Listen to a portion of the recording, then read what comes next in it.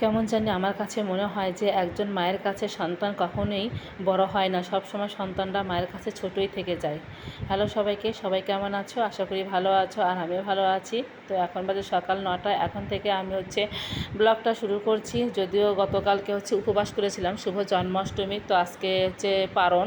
তো যদিও পারণটা করতে অনেকটাই বেলা হয়ে যাবে, বিকেল 4টা। তারপরে আমি একটু সকাল সকাল রান্নাবান্না করতে আসছি। আর আজকে রান্নাটা আমি একদম উঠোনে করছি, কোনো রকম উপরে চাল নেই। বা নিরামিষ রান্নাবান্না, নিরামিষ সব বাসনকোসন নিয়েছি, নিরামিষ চুলা, সব কিছু নিরামিষভাবে নিয়েছি। আর এদিকে আমি লাইয়ের শাক নিয়ে আসছে, সেটা একটু শেয়ার করলাম।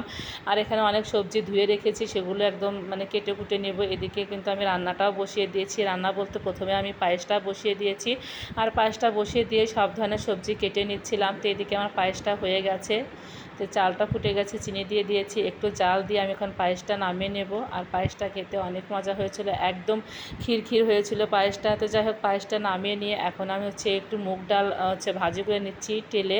এখানে 1/2 কেজি মতো মুগ ডাল আছে। আমি আজকে একটু মুগ ডালই রান্না করব, অনেক দিন মুগ ডাল খাওয়া হয় না। আর একটু সবজি দিয়ে রান্না করব। তো ডালটা ভাজি করে নিয়ে এখন আমি তো চুলোতে হাঁড়ি বসিয়ে দিয়েছি। হাঁড়ির জলটা গরম হয়ে গেছে, এখন লবণও দিয়ে দিয়েছি। আর ডালটা ছেড়ে দেবো, দেওয়ার পরে বেশ কিছুটা কাঁচামরিচ দেওয়ার পর ঢাকা দিয়ে দেবো, যাতে করে একদম সুসিদ্ধ হয়ে যায়। আর মুগ ডাল সিদ্ধ হতে কিন্তু খুব একটা সময়ও লাগে না। তো এই তো সবজিগুলো কেটে রেখেছিলাম, তো শাকটা এখনও কাটা হয়নি, শাকটা একটু পরে কেটে নেব। ডালটা যেহেতু বসিয়ে দিয়েছি, এখন শাকগুলোও কেটে নেব। তো সেই শাক, এখন সবজিগুলো কাটা, সেগুলো একটু শেয়ার করলাম। আর পায়েসটা নামিয়ে নিয়েছি, এই তো অনেক সুন্দর হয়েছে পায়েসটা। তো এই সবজিগুলো কাটতে কাটতেই এর মধ্যে আমার ডালটাও অনেক সুন্দর সিদ্ধ হয়ে গেছে। আর ডালের মধ্যে কিছু সবজি দিয়েছি, পেঁপে আর ধুম্বা না কী যেন বলে একটা, ওটা আমাদের এখানে, ওটা দিয়েছি। আর একটু কান্দাল দিয়ে দিয়েছি। তো ডালটা সুন্দর জাল হয়ে গেছে, সবজিগুলো সিদ্ধ হয়ে গেছে। আর আমি ডালের মধ্যে সবজি দিয়ে সিদ্ধ করে নিয়েছি। এদিকে জালও হয়ে গেছে ডালটা, আর সবজি সিদ্ধ হয়ে গেছে। তো ডালটা অনেক সুন্দর করে ফোড়ন দিয়ে নিলাম।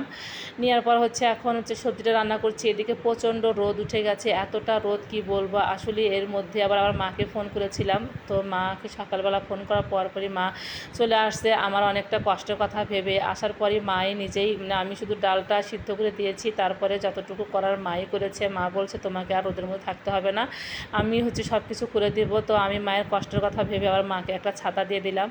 তো যাই হোক, আমিও মায়ের পাশে থাকছিলাম, যদিও মা আমাকে কিছু করতে দিতে চাইছিল না। মা তো যেহেতু উপবাস করেছিল, তারপরেও মা বলছিল যে আমার নাকি বেশি কষ্ট হচ্ছে। তো যাই হোক, আমি মায়ের সাথেই থাকছিলাম।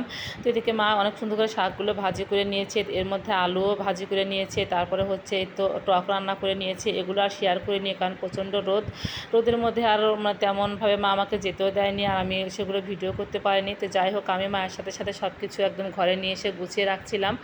তো মা একটা করে রান্না কমপ্লিট করছিল। তো এই তো সব ধরনের রান্নায় তোমার সাথে একটু শেয়ার করে নিলাম। আসলে মারা হয়তো এমনই হয়, যদিও আমি এখন মা হয়ে গেছি, তারপরে মা মনে করে যে আমি এখনই সেই আগের মতো ছোটোটাই আছি।